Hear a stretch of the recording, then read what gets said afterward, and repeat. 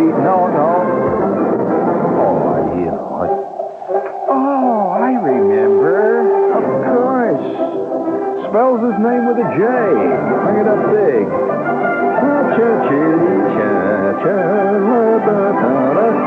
Oh, by the way, I've noticed that you're doing something about that limp. It's very good. You're faking it good, yes. And about that bad look you got in your face, I suggest that, well, you can see that it's the result of a lot of practice.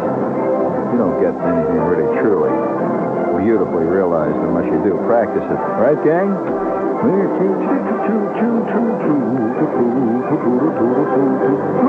Happy Saturday.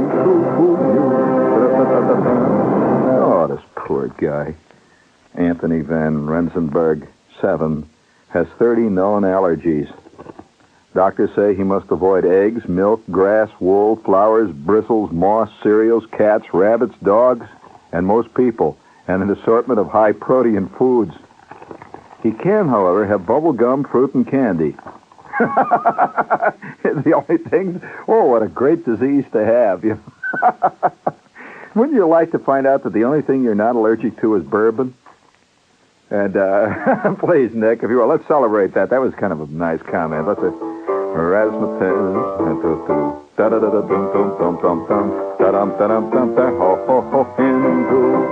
Hindustan, where the purple peacock spreads its lovely fan. Hindustan. Little juice harp would go real good here.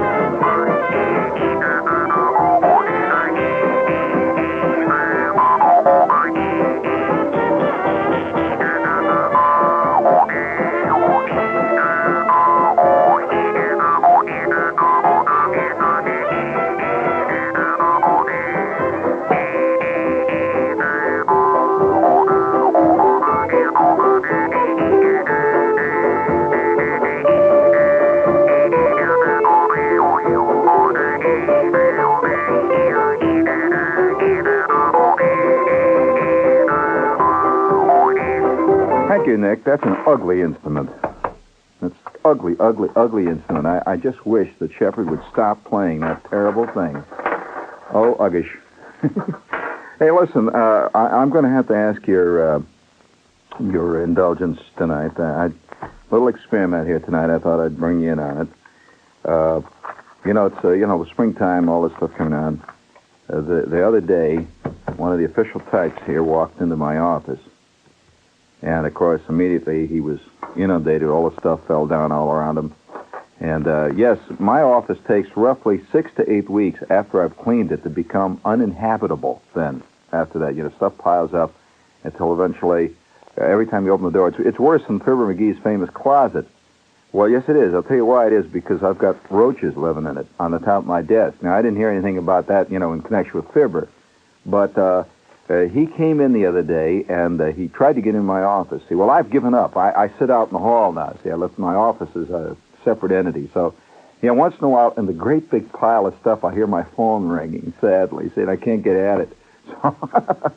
So he came in, see, and he took one look at the office. He said, listen now. He said, you ever heard of spontaneous combustion? I said, yeah. He said, well, there's smoke coming from the bottom drawer. And he said, you better do something about it because he says, not only that, he says, I noticed 7 rats leaving that pile on top of your desk. He says, either you're going to get fired and the rats know it, or, by the way, wouldn't it be a terrible thing, guy sitting in his famous, fancy office, big low carpet on the floor, the whole bit, and he's sitting there in the office, and all of a sudden, out of his private, the big thing that an executive gets these days is his own private John. Did you know that? Did you know that that's one of the big, genuine status symbols in a big organization? You always heard the whole idea of the executive washroom. Well, that's for the hoi polloi executive. All he gets is a key, so he can go in there with a lot of other guys. But the real status symbol is to have your own little place. You see this little John there, and shower and a whole bit. And so, guy's sitting at his desk. I can just see this moment. See, he's sitting at his desk. He's got a big low carpet on the floor. And he's got 7 phones, pink, blue, green, yellow, to show, in varying degrees of importance. Did you know that some guys have color-coded phones? And the girl in front of his office, his secretary, whenever he gets a call, say, from a totally unimportant dildock, but he should say something to him, just a totally unimportant klutz, the blue phone rings. He picks up the blue phone and says, "What do you want, jerk?" And, okay. Well, then, if let's say Buddha calls, or let's say Tom O'Neill calls, some, fantastic appointment. Well, that is the special phone rings, the gold phone ring. And at that point, he picks it up and says, hello, sir, you see, because she's warning him of the phone, you see, and he has all these phones all around him. And now that's part of the status of, hey, speaking of status of executives, did you see, the world is getting so kooky you can't believe it sometimes. I mean, it's getting completely out of hand, and everybody's playing a role. Did you see, wait, now, what do they call it now? I want to make sure that I get the terminology right here because it's important. What do they call the Houston Space Center? It's called Center Control? No. Mission Control. Yeah, Mission Control. That's right. All right. Do you know that you can now buy, there's places that cater only to executive types. Only. And incidentally, how many of you have got some credit card that in a moment of rashness you applied for this credit card? And the next thing you know, you are on this fantastic sucker list of this sucker mail that keeps coming to you, and they keep thinking that you want to buy on your credit card a trip to Japip. You want to take a round-the-world trip, or you want to buy a matched set of luggage with raised, embossed Diners Club insignia on the outside, that kind of jazz. So anyway, I got this letter from this outfit. See, they're under the mistaken impression that Shepard is an executive because he's got a credit card. They relate executive credit cards. Say, well, I am about as much of an executive, as your Aunt Em, but nevertheless, I get this list of stuff that I can get now that I'm this big executive. See, I can get these great things. Do you know that I can now get, and you can't too, it's what a cockamamie this is, you can get an executive, a little echo chamber would help on this, Nick, Executive Mission Control Headquarters. And you put it on your desk. It's a great big thing that goes from one end of your desk to the other, and they have a special desk devised for it. It's like a U-shaped desk, and it's a control board like a B-17, Nick, that goes all the way around. And the guy can sit in there and play the role, see? And this Mission Control Executive Deck Control Center, it says, all executives must keep in constant touch with the entire world. Yes, the modern-day executive today controls millions of people in all parts of the globe. So, the Mission Control Executive Desk Set will fill a great need among dynamic, hard-hitting, modern 20th century global control executives. And what does it have? Well, it has a little Sony TV set so that you can switch on. Immediately you're in touch with David Brinkley. See, like that, David Brinkley's talking to you. Then they have an FM set. You can immediately switch on and listen to some little guy on an FM, talking about Mozart. Then you can switch over here. Yeah, and they have tape players. They have, it's all around. You have a switch, and it's got control, and it's got a checklist. Every day you go through the checklist. The executives pretend they're at the helm of a vast spaceship flying through eternity. And so you have this whole thing around, and then it has built-in intercom, see, so you can call your girl, in the next office. You remember Andrew H. Brown of Amos and Andy? He used to say, buzz me, Miss Blue. You see, somebody who hooked up his desk set hooked it up wrong, and he couldn't buzz his girl, and she could only buzz him.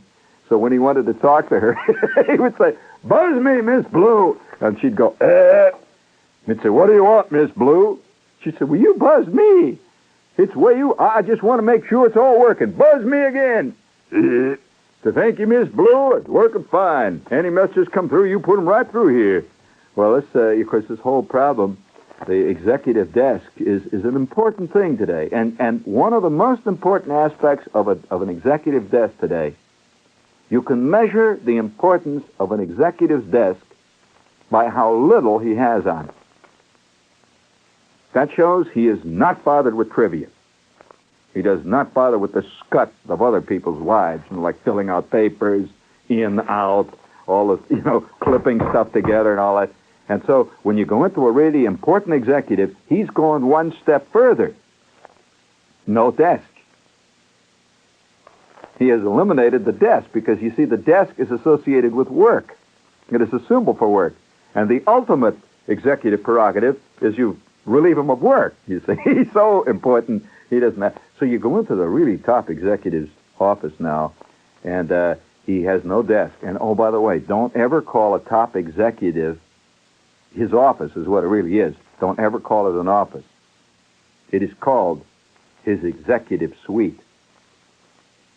And oh, gee, it's the whole mythology of executive world is, until ultimately the ultimate executive. You see, if he slowly cuts off all connection with the world, which is what being an executive means, the higher up you go, the less you have to do with the mailroom, with the boys and cost accounting, any of that stuff. Till finally you get totally rarefied, and now you're in sort of a cloud where you're like God.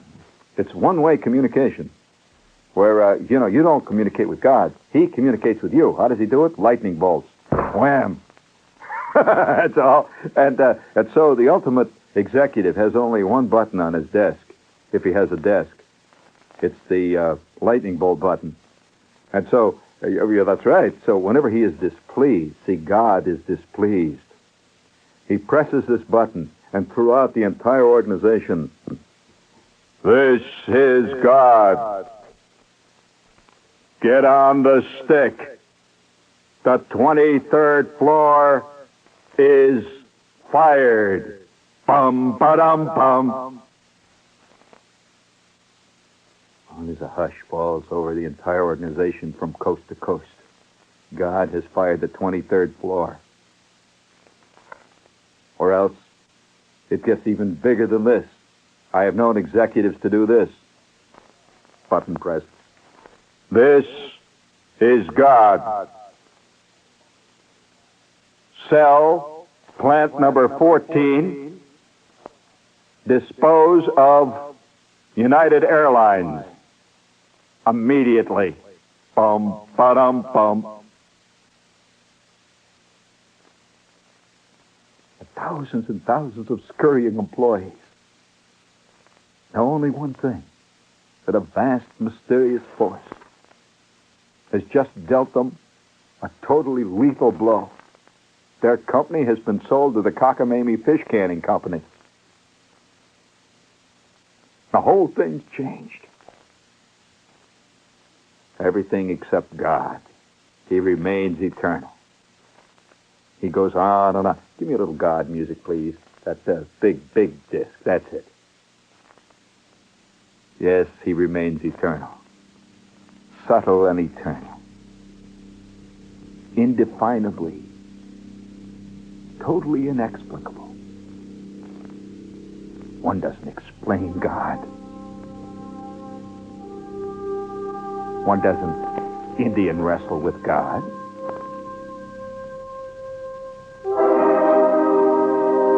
And the great thunderclouds roll out of those vast suites beyond all time. This is God. This is the voice. The man.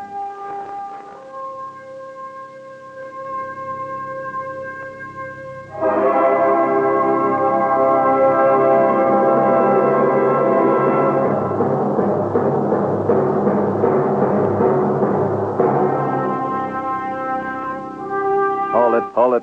Reset that quick, Nick. That is an order. I love to give orders. That is an order. That is an order. And by the way, you find how tremendously effective this is in your private life. Now, let's say you're having trouble with your chick, right, Nick? Okay? You're sitting on the White Horse, right? Or the Lion's Head, right?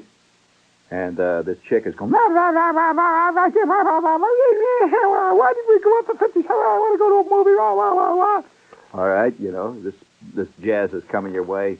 Turn to her and say, I've heard enough. That is an order. cools. Quick. One way or the other, you discover a lot of things that minute. You may discover things you don't want to discover, but that's all right. You should know them, whether you want to discover them or not. And you know, I'm waiting for the day, though, when meetings are genuinely staged.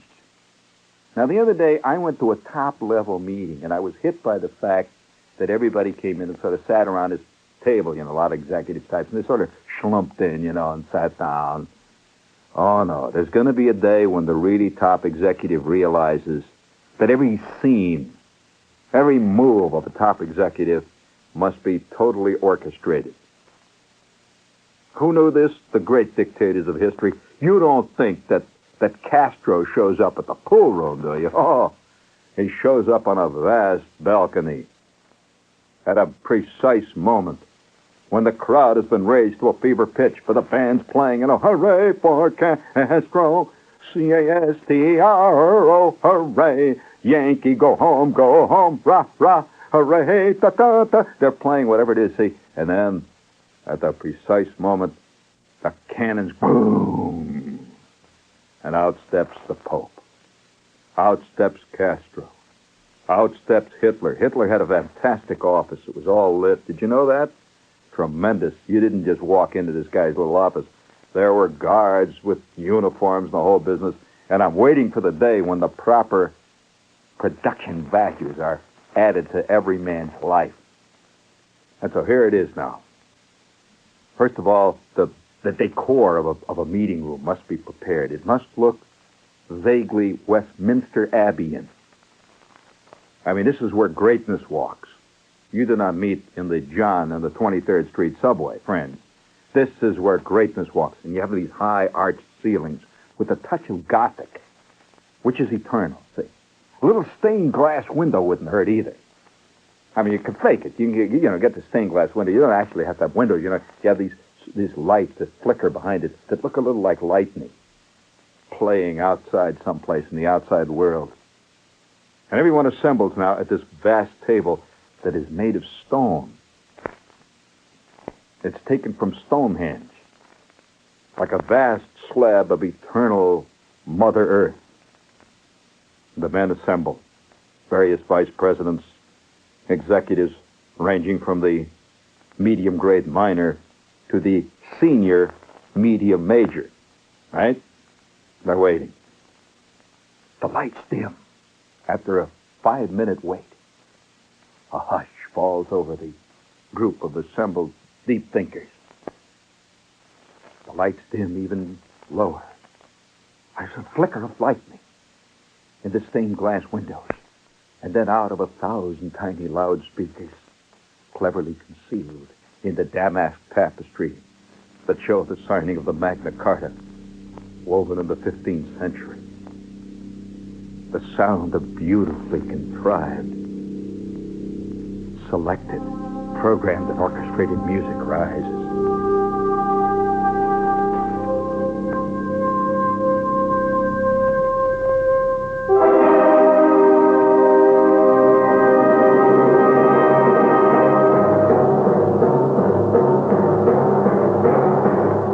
And at a vast empty chair at the far end of the table, carved out of living lava, a purple light focuses on the gold damask sea.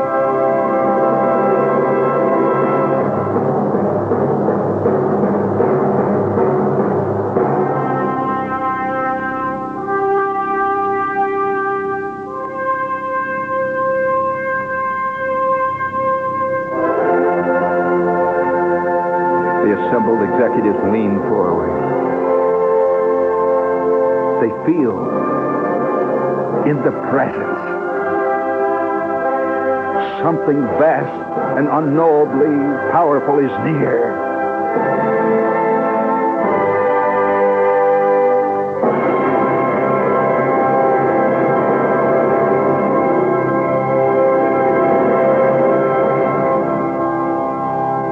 A vast organ chord sounds, and out of the purple darkness, a puff of electric smoke, cleverly contrived. Yeah, just reset it, Nick. That's all you got to do. A quick puff of smoke. And seemingly out of the blackness of the light, the world, out of all time itself, out of God knows where, poof, he appears magically. Faint green and silver lights play over his noble visage. J.W. Bullard is among us. For one brief instant in time, all the men know that they are alone with their maker. But there is a moment of true satori, a moment of communion.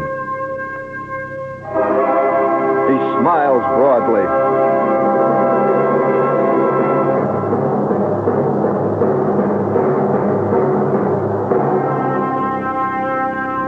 All right, men.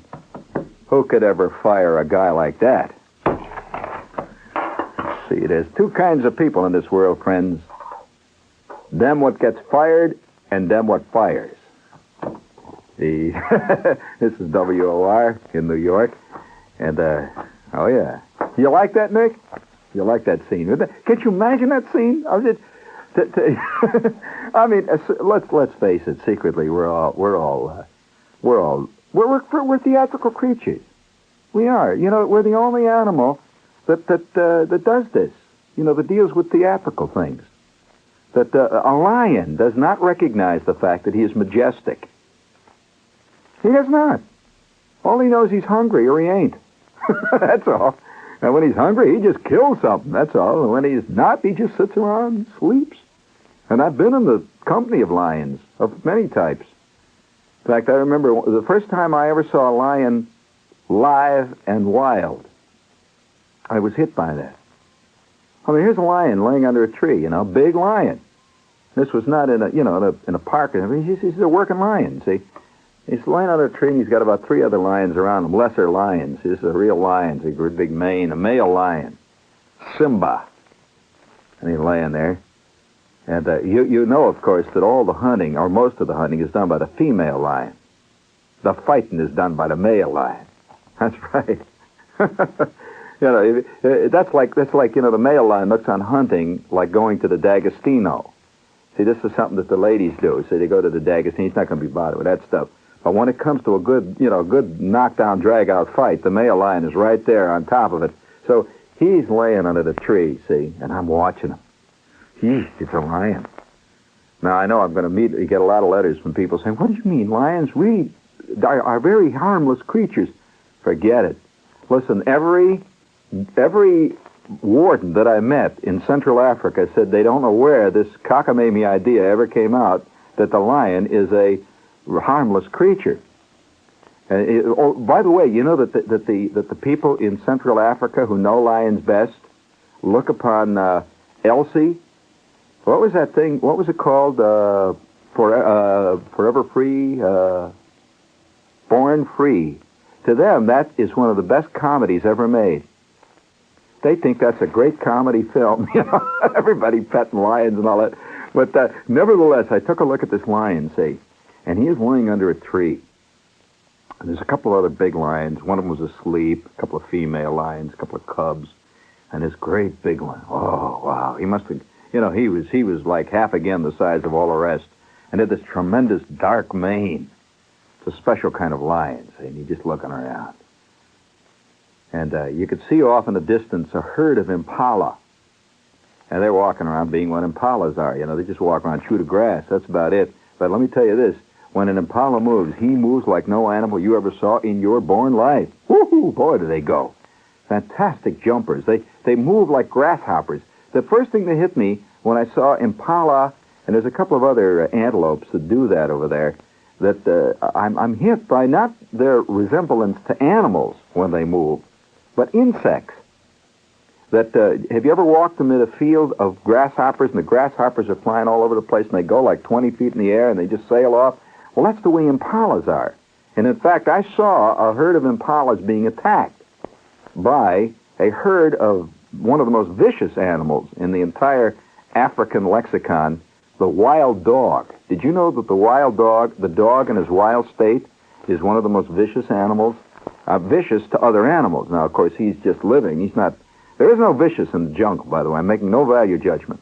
In the bush, there is no vicious. There's only the hungry and the eaten. That's all. That's really what it boils down to. And an animal that's hungry eats.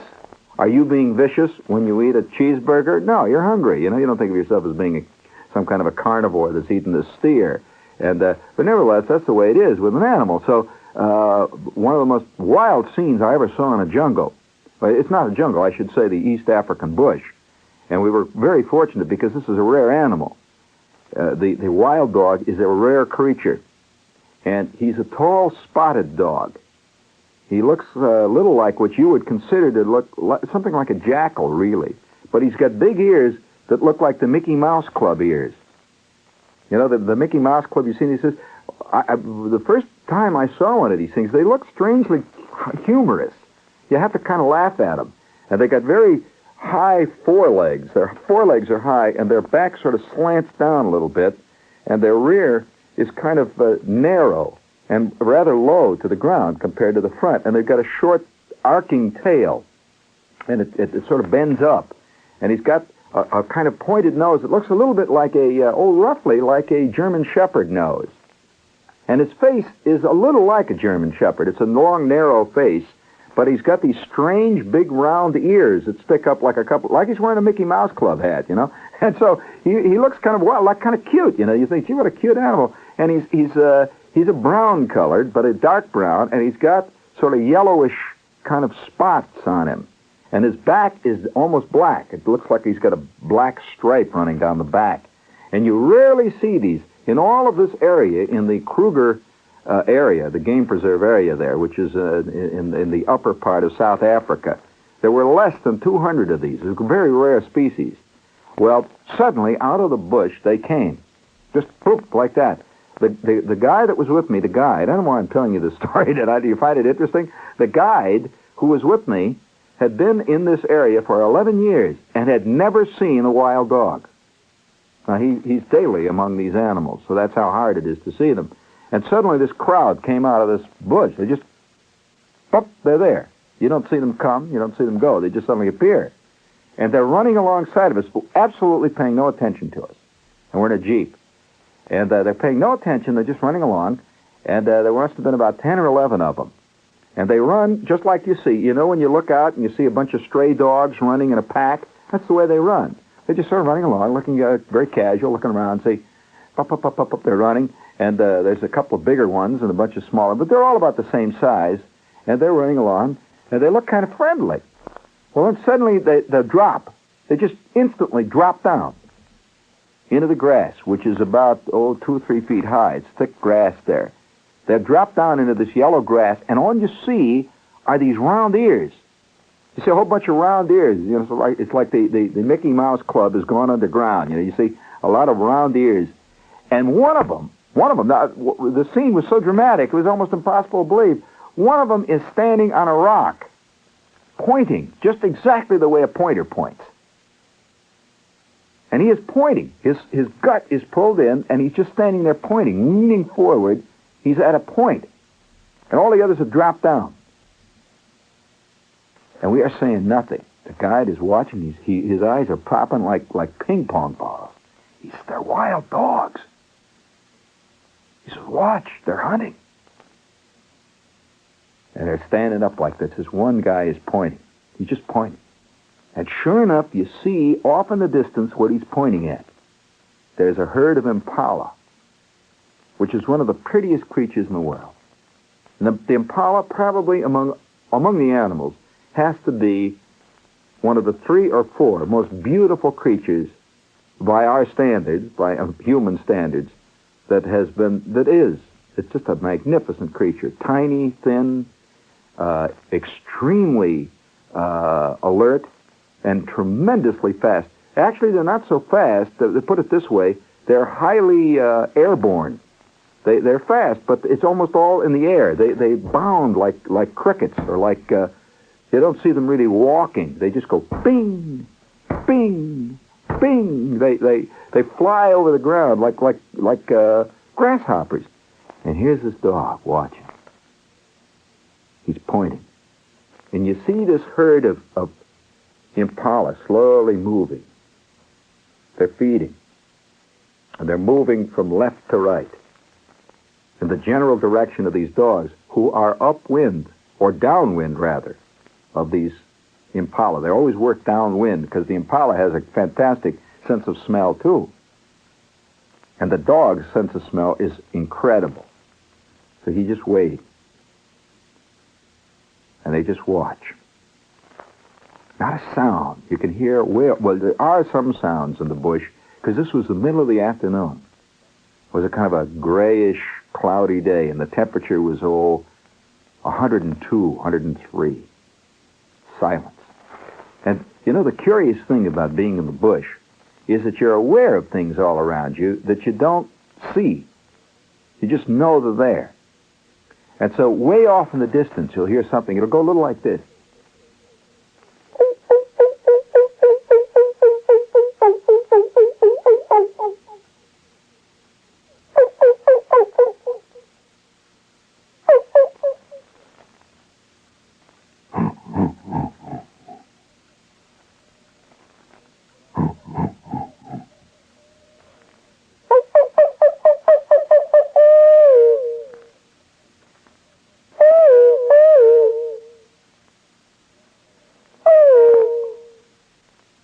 That's the way the bush sounds in the middle of the afternoon. Something way off is barking, something is howling, something is grunting, something is calling, bell-like sounds. And then there's always something about every half hour that lets out a very strange sound, a little like this.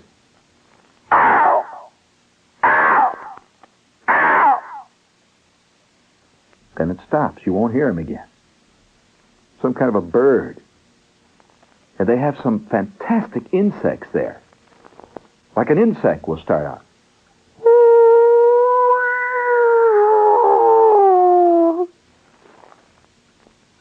It's an insect.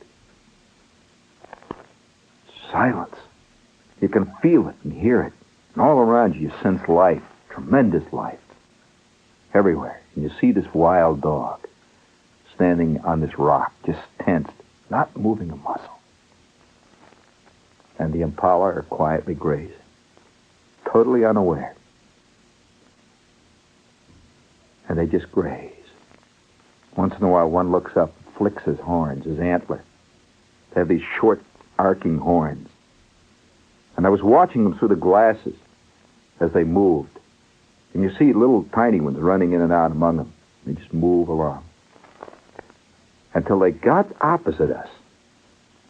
Now the dogs were between us and the impala. The impala was the herd was about a half a mile from us. Maybe less than, a little less. But very close. But possibly twice the length of a football field. I'd say maybe 200 yards, roughly. The dogs were halfway between. When without any warning. Just like that. It just happened just mysteriously. You saw the entire pack of dogs just make a big fan and just, wow, they went out in a big circle like that, and all the impala, boop, boop, boop, boop, boop, they're flying like mad, and these dogs are moving through the herd of the impala. You see this great cloud of dogs, and then the animals begin to bark.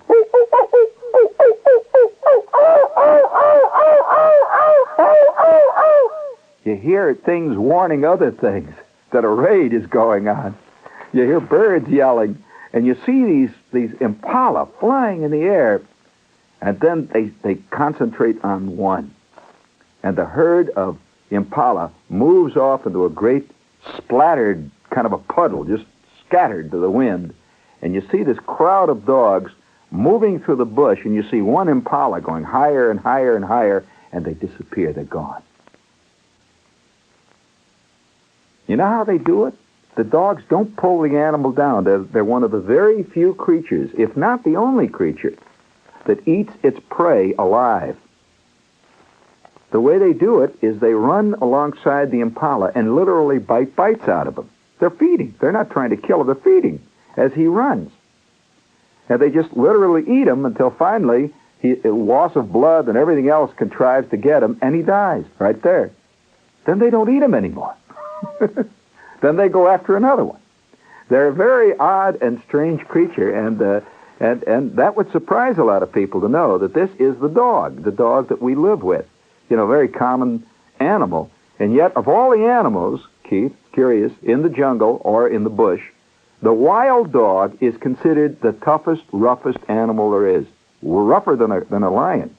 And for this reason, among others, that a lion will kill one, like, say, one hartebeest. He'll kill one eland. And they'll feed off the whole crowd, and that's it. But it may take 7 or 8 or 10 impalas to feed the wild dogs that day, because they only eat them when they're running. So they're tough. And fast, they move like a shot. Now, I'm sure that the impala, or the wild dog, neither one of them knows that he's spectacular. He's beautiful. He's wild-looking. And he is. And I remember one little moment. There's a very strange moment. I'm sitting in a compound overlooking the Elefanta River. Now, this is a river because it stands for elephants, and there were elephants there. But somebody, and it's a very strange thing happening. I'm sitting there looking out of this vast, big glass window. It's just about twilight, and I can see Africa spread out for as far as the eye can see, with a fantastic landscape, really. When I use the word fantastic, I'm not using it in its popular hip usage. I'm talking about genuinely, it looks like a fantasy. You can't believe there's such a landscape. And high up in the air, way up over you, always, wherever you are in Africa, you can see these huge vultures circling, these tremendous birds just circling way up there, great black birds with an enormous wingspan, and man, can they fly. Tremendous flyers. So they're up there just laying those wings over, moving around. Now, I was sitting there. It's one of those moments that is almost so corny as to be almost unbelievable. Now, I'm looking out. It's nice and warm. It's twilight. And I have a glass of wine. And I'm sitting out on the veranda, really, looking down. Veranda was just a stone thing, high over this enormous African landscape. Somebody behind me has a radio playing. It's in this place. And the radio is playing this, well, it's Beethoven, actually, what they were playing. He mentioned Beethoven, and Beethoven was coming out, and I'm looking down, this tremendously majestic music. I'm not going to play Beethoven now, but I'm going to play something like it. This is what happened. I'm sitting there, and this music is playing. You know, this tremendous Germanic music. And incidentally, I'm playing Richard Strauss here, so he's very Beethoven Germanic. See, so the music is coming out with great trumpets and tremendous chorus. And I'm sitting, looking down at this river, the Elefanta River, and the sun is glinting down. When you're near the equator, there's hardly any twilight. 1 minute it's broad daylight. There's a brief moment of red, spectacular purple and green, and then black. Well, it's now at that red scene. And the river is looking like a molten stream of lava, this red reflection all over it. And this music is playing behind me. This is unbelievable. And I see these vultures hanging high up over me, just swinging around in great swings. And all of a sudden, out of the jungle or out of the brush right down below me on this riverbank came these 2 enormous rhinos. I don't think there is a more impressive creature in the entire lexicon of African animals than the rhinoceros. And these 2 rhinos came out and just walked down to the water, see, with this music playing. Fantastic. What a scene. You know that in Africa, when you go to Africa and you're among the guides and so on there, they have a thing called the Big Five. You know what the big five of animals are? Like we refer to the big leagues. And they say the big five. Well, obviously, one of the big five is the lion. The lion, the elephant, that's the other one, the rhinoceros, big five. What do you think no, it's the big four. What's the other big animal that they all want to see? Another fantastic creature. That's right. If you have the reset in that, Nick, I'll show you what happened with me with him. And I was lucky enough on that particular trip to have been involved or been very close to all of the big four, the tremendous animals. And this has to be one of the most impressive animals in the world. I mean, it has to be. It is. There's no question about it. This fantastic animal. And how he came out was interesting, too. That we had stopped to actually stopped our Jeep on this road, and we were having a drink, a Coke, actually. It was a cold Coke. It was very hot, so I said, let's stop and have a Coke for a minute. And we were drinking a Coke, and they were passing around sandwiches. There were four of us in the Jeep. When there were clearings all around. You see, the bush is not the jungle. You know, people tend to confuse bush and jungle, and they're not the same thing at all. A jungle, of course, is a jungle. It's a great growth of trees, and this is found in areas where there's a lot of moisture. It's found in the central Congo and so on. But where the big animals are, the really big creatures, this is bush. Now, what is the bush? Well, the bush consists really of little, it's bush, really, little trees that aren't more than certain African types of trees. They're really like bushes. They're probably 15, 20 feet high, and the ground is very clear under them. You can see things. In other words, there's openings and clearings. It's really partly plain. It's very flat country, and occasionally you'll see one tall tree will stick up off in the distance, one tall African tree, and on that tree there are usually 2 or 3 baboons playing around it, or warthogs play around a big tree like that. And then way off in the distance, you'll generally see, this is a strange landscape, you'll see one mountain standing off, sort of purple and blue.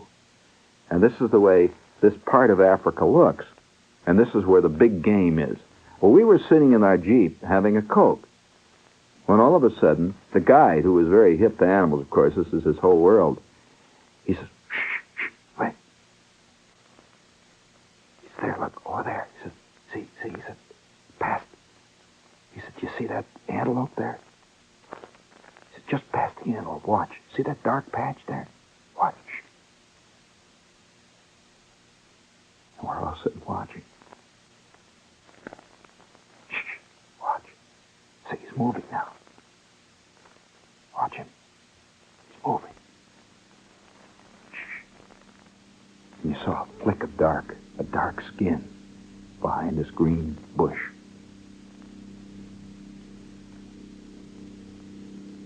We're all watching carefully. There he is. Here he's coming out now.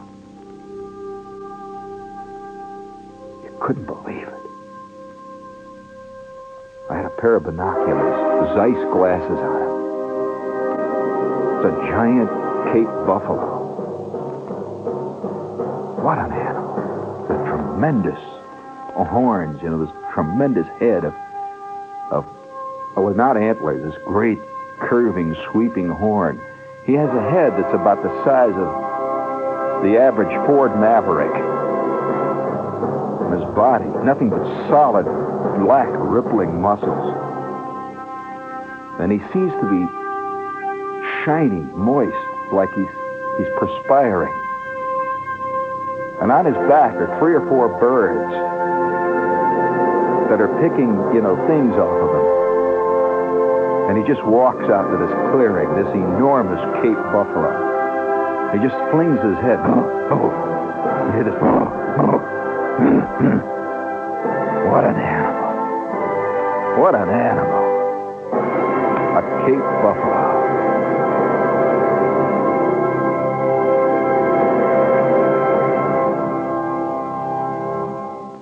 Wow. Well, of course, you can talk about animals all you want, but another wild, great creature that makes you laugh. You just can't help it, and yet he's so beautiful that you can't believe it's a wild animal. You just can't. Are you interested in this, Nick? The animals. A lot of people, find, but to me, the world we live in is so infinitely interesting. But I'm sorry for people who don't look around at the world at all. They really don't. To them, the world consists of a room with an air conditioner, a TV set, and oh man. I mean, there's another animal though that I think I want the other cut on that, and I'll give you the cue. I'll let you know, because this animal is so funny, you can't help but laugh when he shows up on the scene, and you want to go out and pat him or something, and yet curiously enough, they say that this animal is not too against that. The first time that I saw this creature, I just thought, no, oh come on, You can't believe, when you go to a zoo, I don't think a zoo, at any point, now I've been to millions of zoos, because I love zoos, I don't think a zoo at any point gives you even the slightest hint of the creatures that you're looking at. Now, I can say this as one who's been in these areas of the world where great creatures abound. Let me tell you, one of the most impressive creatures I think I've ever seen in my life was a live jaguar in Peru. And I mean an operating jaguar. This creature is so beautiful and so deadly. And I know you're going to write me letters and give me all the ASPCA glop about jaguars, but let me tell you this, to the people who live in the Peruvian area and in the Amazon area, the jaguar is one of the deadly scourges of the world. As a matter of fact, it's one of the few creatures that likes to eat man. It doesn't, yeah, it does. Most creatures will eat man only as a last resort because apparently we got a bad taste. And thank God for that. You know that there's a lot of zoologists who feel that one of the reasons why man survived from the very earliest times in the early days of the development of man as an animal is that he is not a good-tasting creature, that most of the carnivores don't like the taste of us. I mean, we're bad news. And that's interesting. You never think of yourself as how you taste to other animals, but apparently we have a bad taste to most carnivorous animals that are pretty broad in their feeding habits, too. They'll eat anything, but they won't eat man. It just doesn't taste good to them. The one exception, or at least one of the exceptions, is the jaguar. He likes the taste of man, and he'll go out of his way. I mean, this is a real, nice little snack in the afternoon after they've been eating warthogs or tapirs. They eat a lot of tapirs in that area. But this jaguar that I saw was a jaguar at dawn in the Amazon region, and all I saw was a brief flash of him. He went across a trail, and there are no roads there, so there were no jeeps involved. He just went across a trail so quick, if you blinked your eyes, you didn't see him. He just zapped, and he was gone. But that zap, that brief shock of spectacular wild color was beautiful. But the funniest one, I think, just asshole, you can't help but laugh your gut out when you first see him, because he's so unbelievable. In nature, he's unbelievable enough in a zoo, but when you see him in nature, you can't believe it. Here we are, we're driving along, when all of a sudden, we're driving in the Jeep, and the guy slams on the brakes. He says, "Look at this, man!" And out of the crowd, out of the brush, you see about 5, and they're moving. See, they're moving fast. And their rear ends going up and down, and their front legs are going up and down, and their necks are waving like giant snakes. There are 10 or 12 magnificent giraffes moving across, and they move up and down. And by the way, they cover ground like no other animal because of that enormous reach they've got. And they just move along, and then they stop. Zap! They stop. They saw us. The giraffe, in common with many other creatures of the antelope type, is extremely curious. He is very curious. Now, a lot of animals are suspicious. A lot of them will frighten easily, but most of the antelope types are curious. He stops. They all stopped in their tracks. They turn around. They sense something. They're looking around, and they don't have very good eyes, apparently. This great big one. And by the way, the giraffe in nature is roughly a third larger than the ones you're used to seeing in zoos. The giraffe, the biggest giraffe ever recorded was from neck to feet, 22 feet high. 22 feet to the top of that guy. Now, that means he's a full 2 stories high. The 2-story building is 22 feet high. They figure 11 feet to the story. He's a 2-story building.